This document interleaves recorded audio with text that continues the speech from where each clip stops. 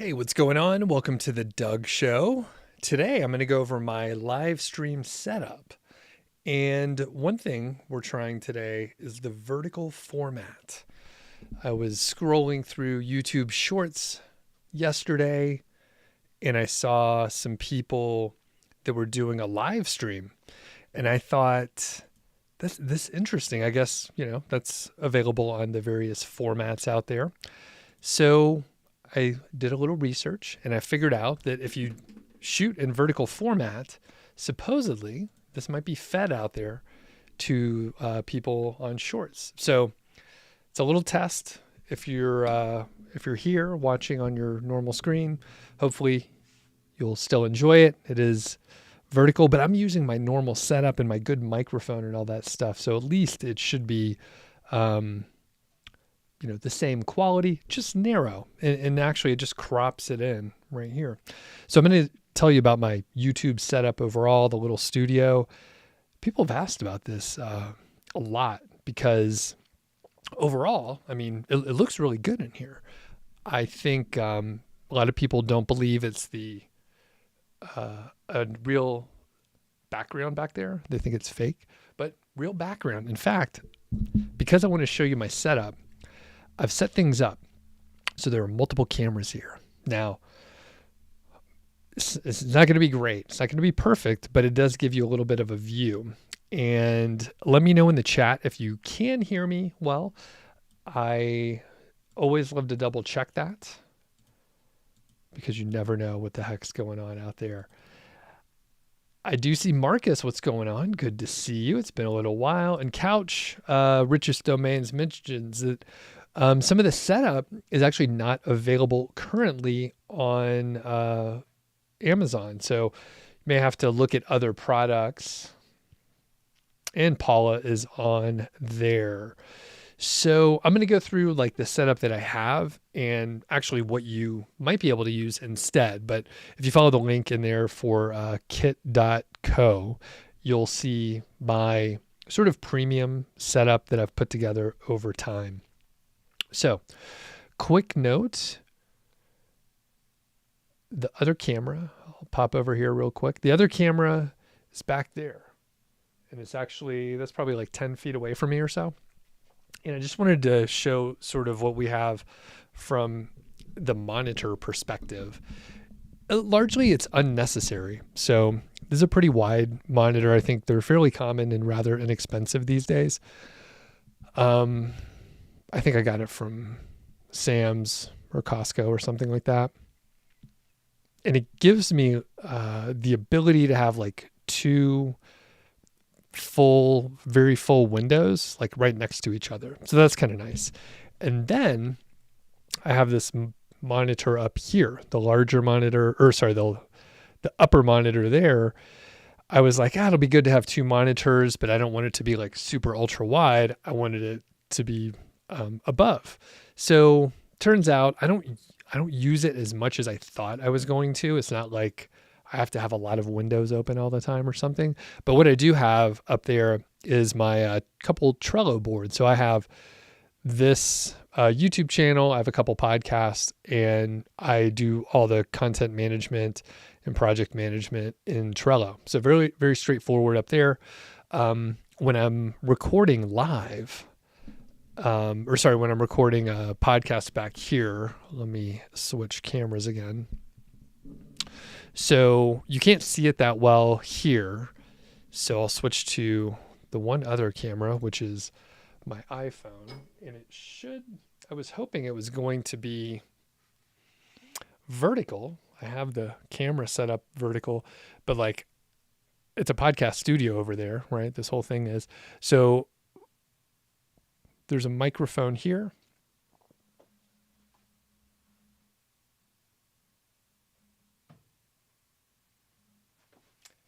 And basically, I'm able to record back there with a wider angle camera. Of course, this is vertical currently.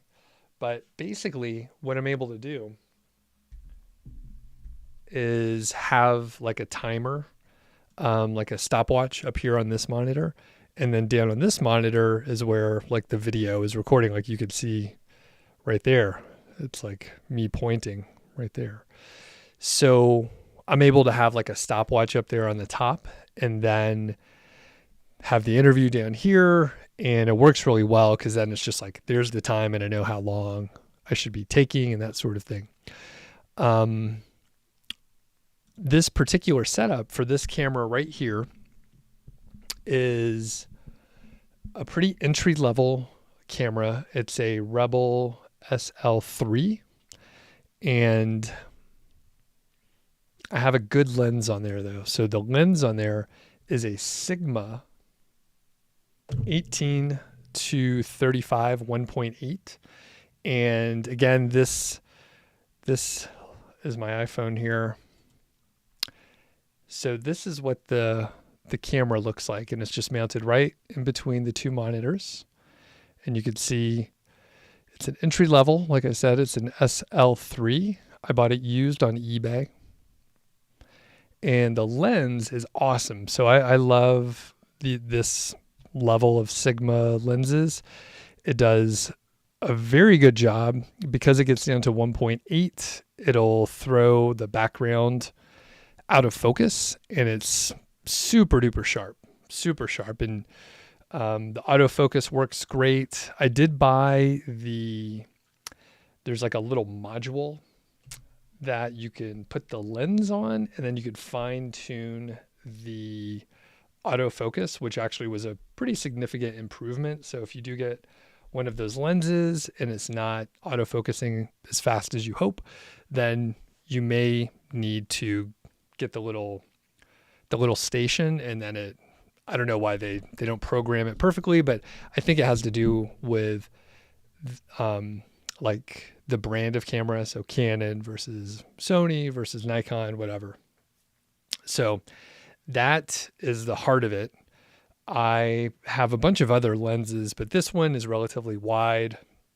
The downside with the SL3 is it's a 1.6 magnification because it's a crop sensor on there. So if you're not a camera nerd, basically the sensor in there is a little bit smaller than a full frame 35 millimeter sized sensor. So it's cropped. I do have a Canon RP that is full frame, and I used to use it on here, but for other reasons, I decided to go with this one. So this camera back here, is a T7i, and I think I got that back in like 2018 or so. Had it a few years, and the lens on that one is a 24 2.8, very small. I need a little bit more lighting in here, but it's relatively, a good view. I'm going to walk over to the camera so that you can see that it'll throw the background out of focus as well. It's a good lens, very cheap, but it does a good job. It's a 24 2.8. So I think this should work. I'm going to have to walk over there so you won't be able to hear me say anything.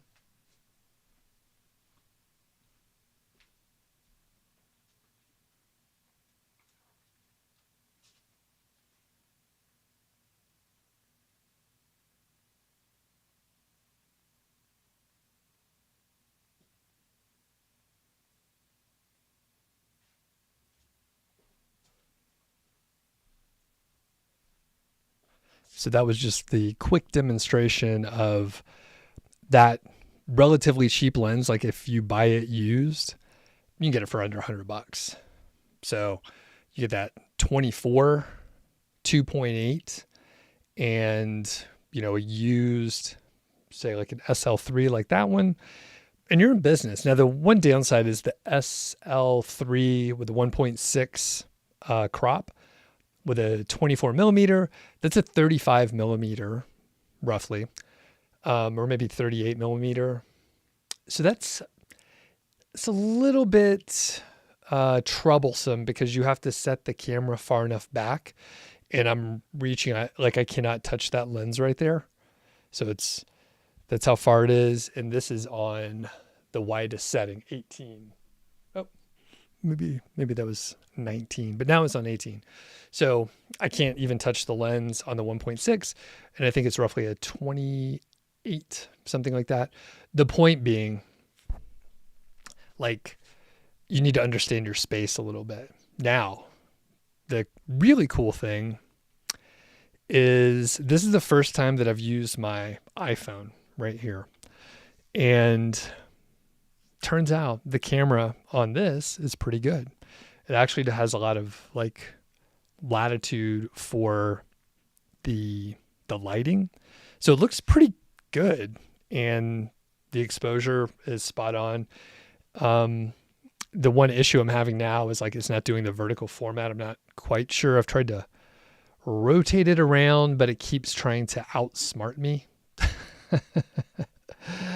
So it wants to be in this format, but it is very sharp. And this is what I'm going to use to show you some of the other equipment. So one of the key things is lighting. So this is a relatively inexpensive softbox that came with two, and it actually came with the stands too. You can't, here, let me go back over here. I'll try not to make it too wobbly. So there's the stand, and I think it was like $80 for these two. And there's one right in front of me here. I'll actually back up. So you can see like the monitor's there, and then that's there. I also have like a small little fill light, which I think this little ring light was like a free thing that like I ordered. I don't remember what it was, but I didn't pay for it. I know that. I think they cost like $10, but it's just a little bit of fill. So knowing that there's a light behind me to my right, and then there's a light in front of me to my left, and then this little ring light just next to the camera and the monitor, you can see the lighting on my face and my head, much like the Death Star. So we have a little backlighting right here, and it gives a little depth. They shine a sheen on my head. And then there's a fill light with a ring light here. And then we have the big light right here. And usually people look a little bit better if the light, like the eye catches the light and it provides a little depth. Otherwise my eyes would just look like black, and that's not that great. And I will turn off some of these lights. So I'll turn off the fill light right here. So it doesn't look that bad. It's just like a lot of shadow here, but we have the big light back there to give depth. And there's a little reflection here. There's a couple lights up there, which I'll show you in a second. I don't think you could see that in any other view, but I'll turn the fill light back on. So that's with the fill light. I'm going to turn off the big light, the big soft light that is, it's like a little more than an arm's length away. So let me turn that off. So you could really see how much light that is providing there. Now, technically, I could bump up the ring light a little bit. And that's not bad. That's not that bad. The setting, I have the lens here, it's on 18, and it's set for f1.8. That's for maximum depth of, maximum blurriness behind me. And then the ISO is set to 200. So I put it all on manual. And the shutter speed is 1/60th. So we're doing 30 frames per second, getting sort of technical here, but like this is what you have to do. So anyway, the ring light is a little bright, so I'm going to turn it down. I just want a little fill, but I mean, this is what it is with it turned down, just a little extra. Then I'll turn that off. And you'll see, like it actually does a pretty good job lighting my face. Let me turn it back on. And I'll turn on the big light here.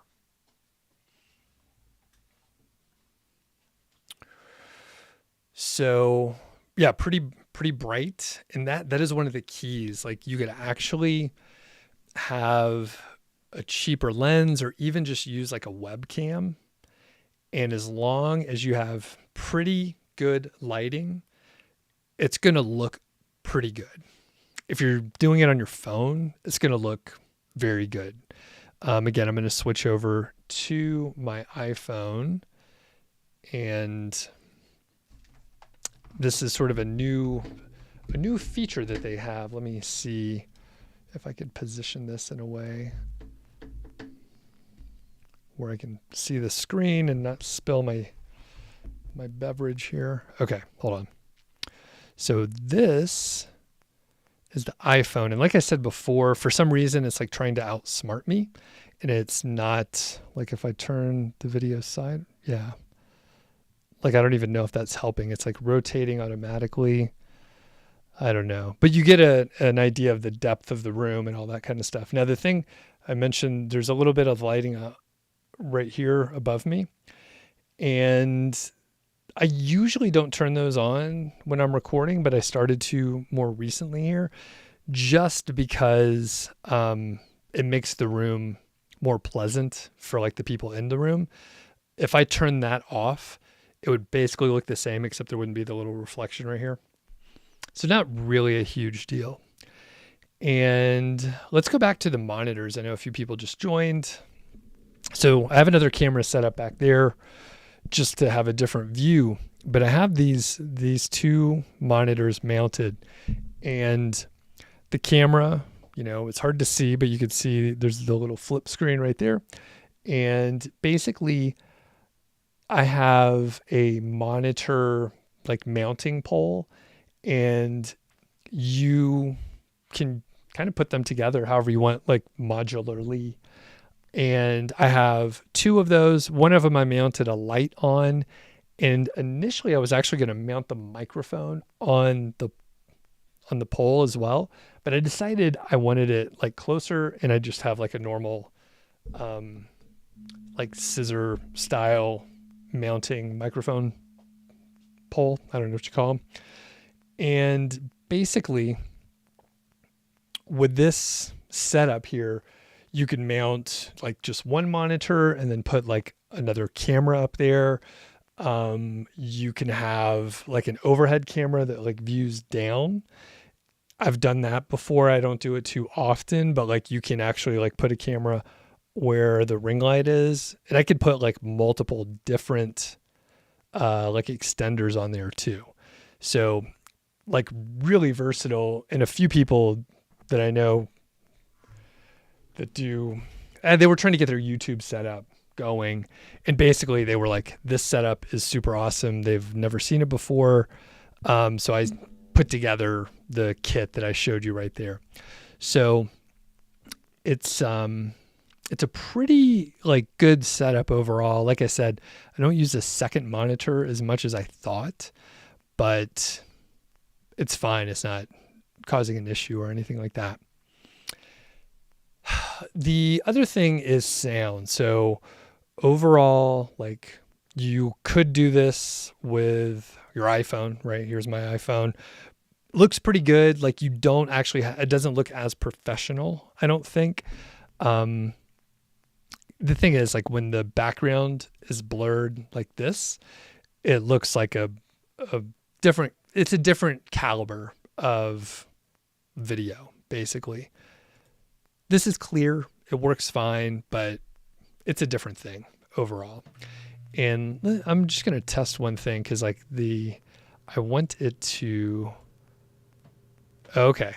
So I have to manually zoom this in, and that kind of works, but not exactly what I hoped. The point is, this looks pretty good. This looks pretty good. The other aspect of all of this is the sound. So sound, it's as important or more important than the video portion of this. If I had to make a choice, I would rather just have the ring light and not the other lighting and not the good lens and a very good microphone. If the audio is very good, people will be cool with it. And one thing, a quick request, if you're able to hit the thumbs up, that'll be cool. The secondary thing that I'm trying here is recording this in vertical format, because normally it's wide, but instead it's cropped right here. The hope is it will show up on YouTube Shorts. I have no idea how they sort that or what, or people pop in and then they just keep swiping because I'm talking about crazy stuff. But here I'm talking about my live stream setup. So hopefully it'll be somewhat interesting. A lot of people have asked about this setup over the years, and Bradbury says, this is like seeing behind the wizard's curtain. Yeah, so pretty cool thing overall. And I'm going to try to make the text bigger, but maybe I won't be able to. Ashish is here too. What's going on? Yeah, so if you have any questions on the setup or anything, let me know. But yeah, this is the setup that I've been using at least for a few years. I've made a few changes here and there, but largely this is what I've been using. Sometimes I'll put a different lens on. I've used something a little bit smaller on there before. But basically, if you have like a decent lens on your DSLR with a wide aperture, that's a low number, then it's going to look pretty good. And Paula says, I've got you on my browser and TV.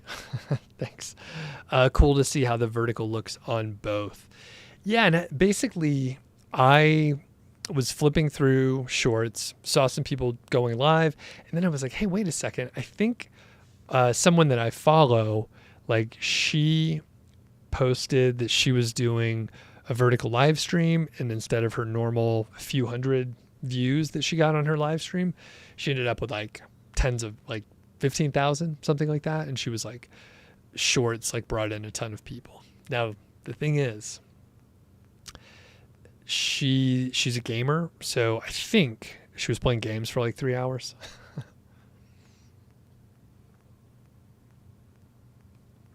So I don't know if you have to stay on for a long time. We'll see how it goes. All right.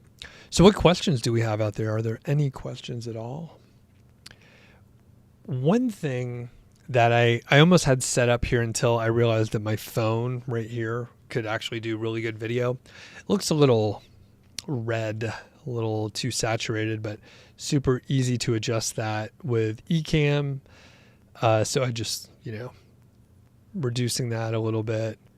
But you can see I can go red, like much like an Oompa Loompa, or totally black and white here.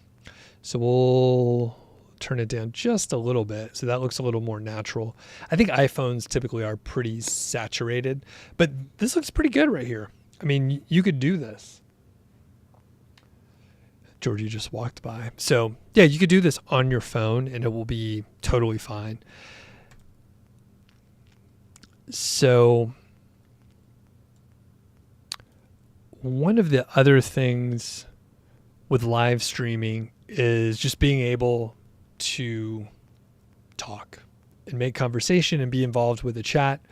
When I first started on YouTube, I knew I wanted to do more YouTube, but editing was pretty tough. So I decided that I was going to do live streams. In fact, I think a friend of mine said they knew someone that was doing a live stream per week. And I was like, you know what? I won't have to edit if I do that. But it'll be scary. And what happened early on was no one would show up to live streams. This was like 2017 or so, 2016 maybe. So very few people would actually show up for the live streams. And I still did them. I was like, all right, I'm going to do it and just move forward. Turns out I like doing live streams a lot. I'm thinking about maybe doing it for my other channel as well. Pretty cool to be able to, just pop on and go live. One thing that I haven't played with yet is doing like a multicast. Previously, I was going to need to get like multiple or another piece of software basically to be able to multi-stream, but I use Ecamm, and Ecamm, I think it only works on a Mac. Yeah, I'm sure it only works on a Mac. So that's the one downside. I think a lot of people that are in the creator space end up using a Mac anyway. But what I understand now, and you can do this on other streaming platforms, but basically you could stream to like Instagram, you could stream over to YouTube like we're doing now, and you can do it on LinkedIn. So what I might start doing, even though I don't have much going on over on Facebook or Instagram, I could start doing live streams and maybe people pay a little attention there. I don't know. And Bradbury says you prefer the iPhone image quality, although it doesn't have the depth of field. Interesting. So curious, what do you like about this view versus this one? Because like the sharpness, I was going to say, just like looking at the detail on my face, the iPhone seems to be a little like mushier. So, all right, Trevor, what's going on? Are they manually focused? No, this is all autofocus. Although, so if you like, I can move in closer here and it'll take a second to refocus, but it's pretty quick. It's pretty quick to refocus. Now, little caveat, when I mentioned that I record back there sometimes for my other show, or if I have a guest, like I'll sit back there, I will dial in the focus for wherever we're going to be sitting. And then I'll put it on, I'll just flip it over to manual. That way it doesn't hunt. That is one little issue that does occur if you're moving around like I am now, and there's only one of me and I'm right in the middle. Like I know the focus is going to be good. It's going to stay on me. If I'm sitting back there and there's like multiple people and maybe the background like pops, and it works pretty good, but each camera is a little bit different. I have like 3 different cameras, but the thing is each one in each lens like focuses just a little bit differently. So, and Bradbury says, not so much on the angle, but the main cam, it's overly sharp and bright and white. I think you prefer it softer and darker. Okay. Yep. And I was going to say, I'm a little bit bright here. So one thing I can do, actually, it's a good example, and I've done this like live before. So now I put it on like 100 and it's not letting as much light in. So it's one of those deals because I have it all on manual that I may tweak it. And this is a little bit too dark, I think. But what I can do, I could bump it up to 200. So it's a little too bright now, but then I could also adjust the aperture to say 2.5. And now it's a little bit closer, maybe 2.2. So you could tweak it. And I think this might be a little bit better. It is very sharp. But with Ecamm Live, I think I could actually change the sharpness, I thought. Maybe I can't. Blur. Oh yeah, I can make myself totally blurry. So I can soften it up just a little bit. Because like, that's the thing. This lens is extremely, extremely sharp. So I can blur it a little bit. Oh, I can make it black and white. And yeah, so you could tweak it to your liking. Good feedback though, and everyone just has like their own, slight preference. Usually no one's wrong. It's just a preference. Right. And richest domains. Oh yeah, the Audio Technica is one of the mics that I recommend. I actually have one of those when I travel. That's what I bring. This format is great for the studio, but like basically it, I don't want to throw it in my suitcase, but the 2100, you can just kind of throw it around. I've had it for several years now. And you mentioned that it is 39% off. So great deal there. Yeah, so this setup works really well. I think if I was starting from scratch, I would probably still get a Rebel SL3. I would also check like eBay and Craigslist. For me personally, I've used Canon lenses and gear and cameras since I took pictures with like a 35 millimeter camera. So I had a couple Canon 35 millimeter over the years, and I had a couple lenses already. So when it was time for me to get a camera, like I kind of knew the controls a little bit, and I was like, I have a couple lenses, so I'm just going to go ahead and stick with Canon. And it's been great. I think, you know, some of the early cameras that I had for this setup here, like they had the dual pixel autofocus, and that helps like the video for autofocus. I think these days, I think maybe Sony is a little bit more popular. But, you know, check out what you like. I mean, some people prefer Nikon and that's what they use. Some people like whatever, fill in the brand. It doesn't matter. Canon lenses are pretty good overall. A lot of people get pretty, obsessed with like the sharpness and this and that. And Sigma's really good. Third-party stuff is getting better. But I've bought, I think, most of my lenses. I don't even know how many I have.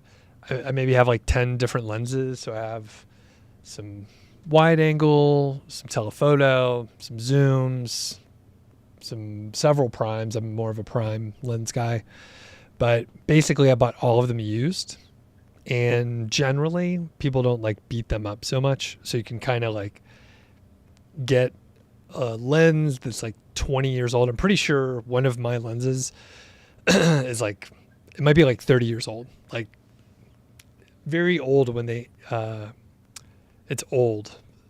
When they introduced it, it was, way back in the 35 millimeter days, and it kind of is beat to hell, but autofocus still super fast, which is amazing.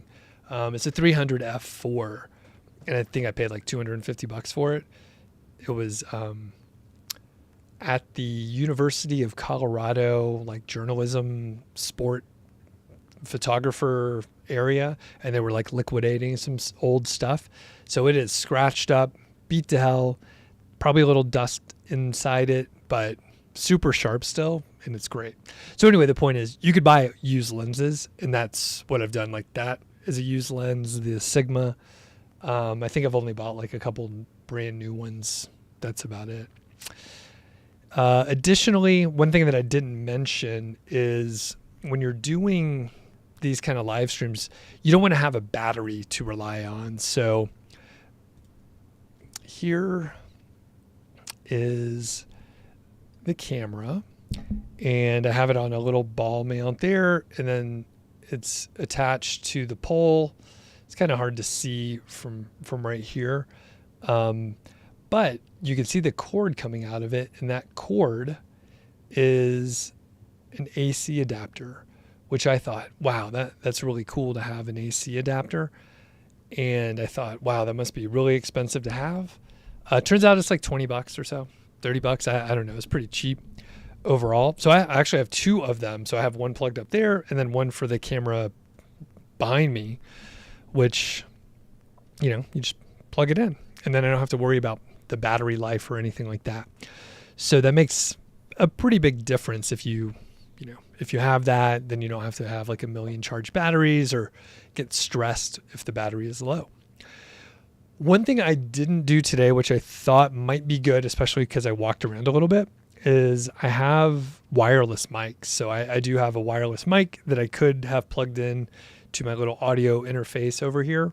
And then I would have a lav mic right here, and then I could put it on my belt loop or whatever, and then walk around and you'd be able to hear me just fine. But I was like, I'll just do this because this microphone sounds much better. This is a Shure MV7. I think there's a couple others that are similar to this. And the good part, I hope this doesn't squeak. I'll mute here for a second. The good part with this particular microphone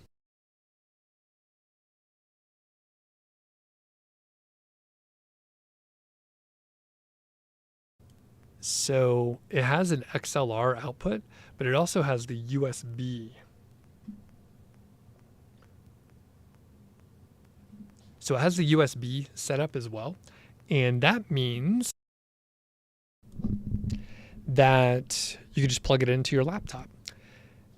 I was using the USB setup for a long time, but I bent the cable somehow or another. I have another one because I have 3 of these mics. So I have another one, but I also have this XLR output and a fairly inexpensive M Audio fast track guitar and mic interface. So I was like, I'll just put this into the fast track and use this bigger XLR cable, and it makes no difference to me, but the USB was totally fine overall. So the Shure MV7 is pretty much the same as I think like one of the most recorded on mics is the SM7B, and it does not, basically they're the same mic, except this one has a USB connection, and these are a little bit smaller and a little bit cheaper. So there might be some slight differences, but as far as I know, like the internal stuff in here is the same, and the quality is the same. In fact, I think the quality like this compared to the ATR 2100, the ATR 2100 that is listed in the link there, I'm pretty sure that's like 90% quality. This is like 98% quality. And then like you're really splitting hairs. People cannot tell the difference. I mean, the mics are fairly inexpensive. Like, again, I buy stuff used because people typically don't beat up their electronics. So like this microphone, and then there's 2 other identical ones just like this one, except without a pizza sticker. I got them on eBay. They were like used, but still in their box.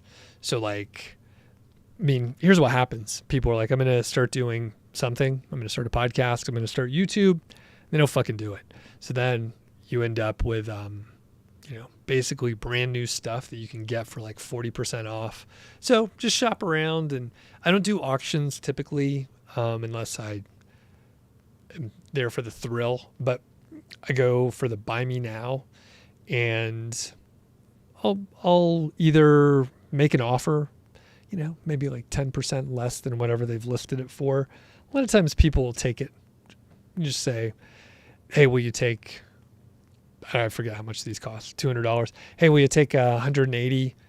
My budget's only 180. And then sometimes they'll be like, no, price is the price. But a lot of times they'll negotiate with you, and they'll maybe meet you in the middle. Sometimes they just give it to you.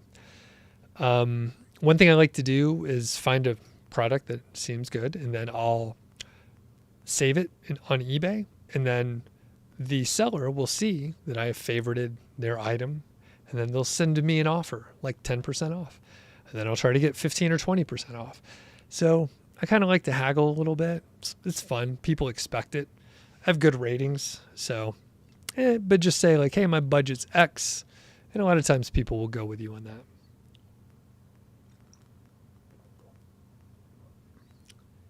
Richest Domain says there's a lot of ratings for Shure MV7X, the Gator Boom. Yeah, these mics are awesome. Really love them. Typically, like I said, I have this one right here. I'm here most of the time. There's 2 back there. occasionally I will have additional people, especially for the other podcast. So I'll have, the main mic right there. I think you can see those on the arms. And then you'll see that mic stand up there. It's pointing up high just so it's out of the frame. But this other mic is, I think that one's an Audix i5. So actually it's like an SM57, just a different brand, but that works fine. I use my ATR 2100 over there. Sometimes I'll set up the other mic stand behind that red guitar, and then 4 people can sit there.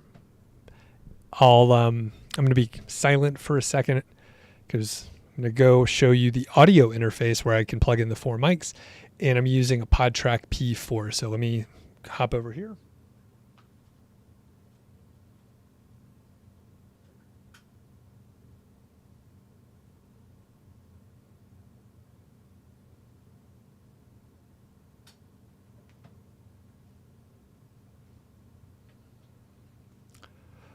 Right. So that was the PodTrack P4, which, as you know, as I keep saying this, I bought it on eBay, used. It was like they took it out of the box and put it back in. Again, people don't throw their $100 or $200 electronic devices around and drop it on the floor and kick it around or whatever. They treat it nice. And again, people have plans. They're like, hey, I'm going to start a podcast. I'm going to do this. I'm going to do that. And for whatever reason, it doesn't work out. And then they sell it. So the PodTrack P4 is rather inexpensive overall. I think you might be able to get them for like $150 new. I don't remember. Whatever I paid, it was like 25% less than that. So yeah, so richest domains, you have the Audio-Technica 2100 in your Amazon cart, and it's a tempting price. It is a really good deal. Again, that mic is fantastic. It sounds 90% as good as this one here. Hell, you may not even be able to tell a difference. There's other issues. So yeah, Couch is saying it's about $48, which is a great price. I think, you typically see it for about like $90 to $100, I think. Depends on the package exactly, but great microphone. And the thing is, like, even if you're just doing like Zoom calls or whatever, it's great to have like a higher quality microphone. That said, there are also, if you're doing it on a budget, right? That's in the title here. If you're doing this on a budget, you can also get go to that product, the 2100. You can also see like very similar products and still name brand, but instead of, $90 like the normal price, maybe it's $55. Now here, $48 is pretty cheap. Audio-Technica does some great deals occasionally. So speaking of other equipment you might need, so Audio-Technica, I have their headphones primarily. So this one's Audio-Technica. So I have like 2 Audio-Technica back there, and then there's another one kind of off to the side. So if I have 4 people, I'll pull out another set of headphones. But the ones that I use are these. These are the Sony Professionals. They're the model MDR7506. And these are a little bit more comfortable. They're just a little bit more comfortable. I'm not a super critical audio person. So the Audio-Technica, they're totally fine too. They're not quite as comfortable. These are just a little bit softer, and I think they cost $100. The Audio Technicas, I think you can get, I think I have an MX20 and then maybe like an MX30. I forget the specific models, but those end up being pretty good. And they're, they're workhorses. They do a good job. So largely I have like an Audio Technica setup, and that's fantastic. So totally bare bones. If I was just getting started and I knew I was recording on like a laptop, I would probably get HER 2100, $47. Let's assume I have a MacBook. I would use the onboard camera. If you go back to early videos that I've done, you will see those early live streams were using my laptop webcam there, and I used that microphone over there, and that was what I used. It was an instrument mic, not really a vocal mic as far as the form factor, but it works just fine. And then for the camera, if I had a newer Mac and an iPhone, I would probably use like the laptop camera and then the iPhone camera, because that's pretty good. Now I got good lighting on me in here. If I was recording somewhere else, I would probably go in front of a window just because that will look much better. Weird, you probably have seen this. I mean, like a good place to record is like in your car, because you have like sort of indirect diffused lighting, and it ends up looking pretty good. You see people record their social media posts in their car.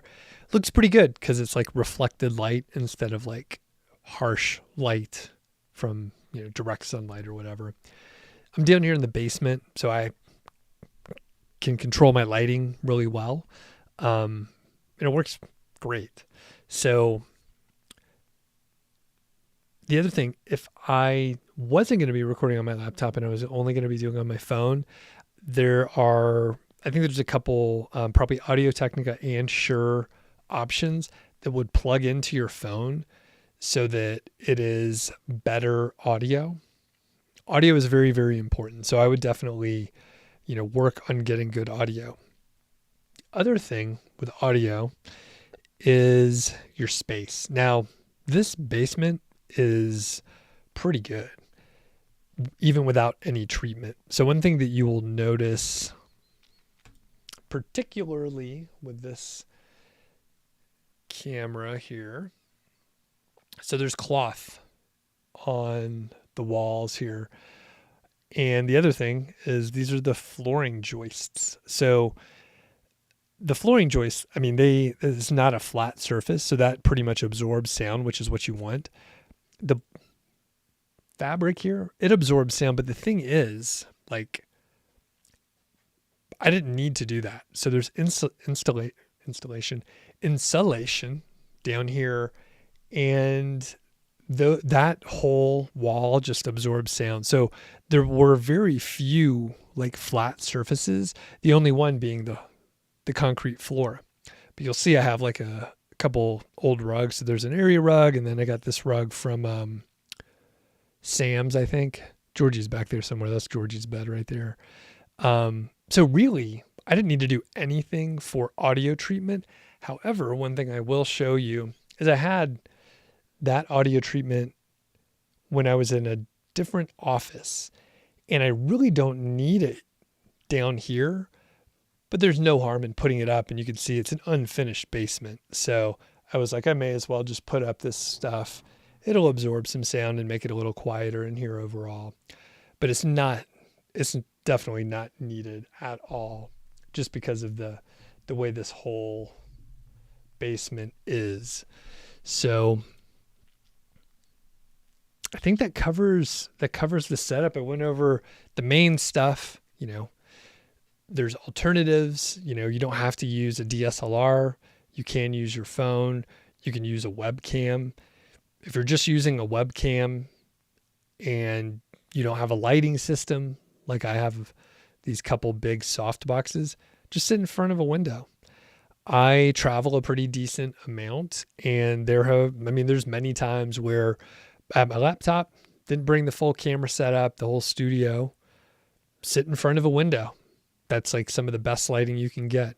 You probably don't want like direct light, but as long as you're in front of the window and the sun's out, even if it's cloudy, but if the sun's out, you're going to get some nice reflected light, and you can, kind of work on your background if you need to. But one thing you see if you actually have like a DSLR, it blurs the background. So you don't have to worry about it as much. And that's one thing, like with the iPhone, it's not blurring the background. You don't end up with that depth of field. And there's something that just makes it look good. Now that said, this camera back here, we're not getting much depth of field, but it just happens to be like the type of lens that it is and how far away I am.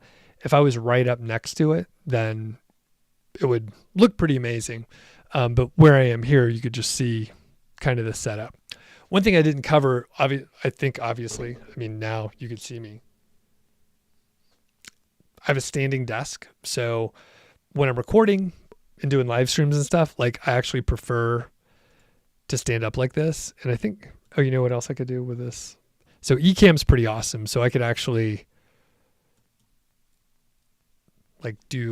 have this set up like this. Actually, I think I could do all three cameras, but completely not necessary. And now I'm hunching over. I can move this. So when I record stuff, I like to stand up and I just have a little more energy. I do end up not fidgeting, but I like move around a little bit, but it's healthier for you to stand up instead of sit down. And actually I just did an interview with someone and they had a standing desk also. They stood still more than me, which is good, but it's kind of cool to have like this setup.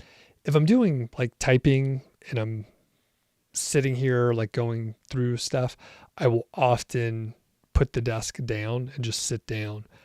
But basically this setup's awesome and it takes a lot. It pretty much takes all of the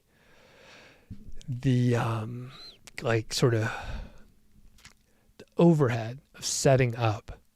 It removes everything. I walk down here, turn on a couple lights, start Ecamm live and make sure my camera's on, and then I could just start recording. It literally takes like 15 seconds or something like that.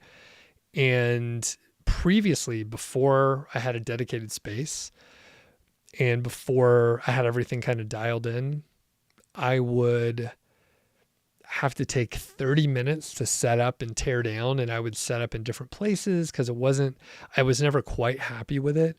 And typically in those rooms that I set up, it was always echoey, big glass for the windows and then like a flat ceiling and wood floors. And if you don't have stuff on your walls, then that's even more echoey. So yeah, it gets to be a little bit much. And, occasionally some echo is okay. But overall, like if you could eliminate it, you'll be much better off. So that's a wrap for today. Thanks, Couch. You say, someday I may be brave enough to start a YouTube channel. You should definitely go for it. I think it's great. It's been really fun for me. Quick note on the experiment of doing this in vertical format and trying to get people from shorts to pop in. I don't think it worked. I think it made it even worse. I think there were fewer people on this one than some of the others. Could be the topic as well. Maybe no one's searching for this, but I'm going to keep trying it because I think there might be something to it. I'm going to give it a shot.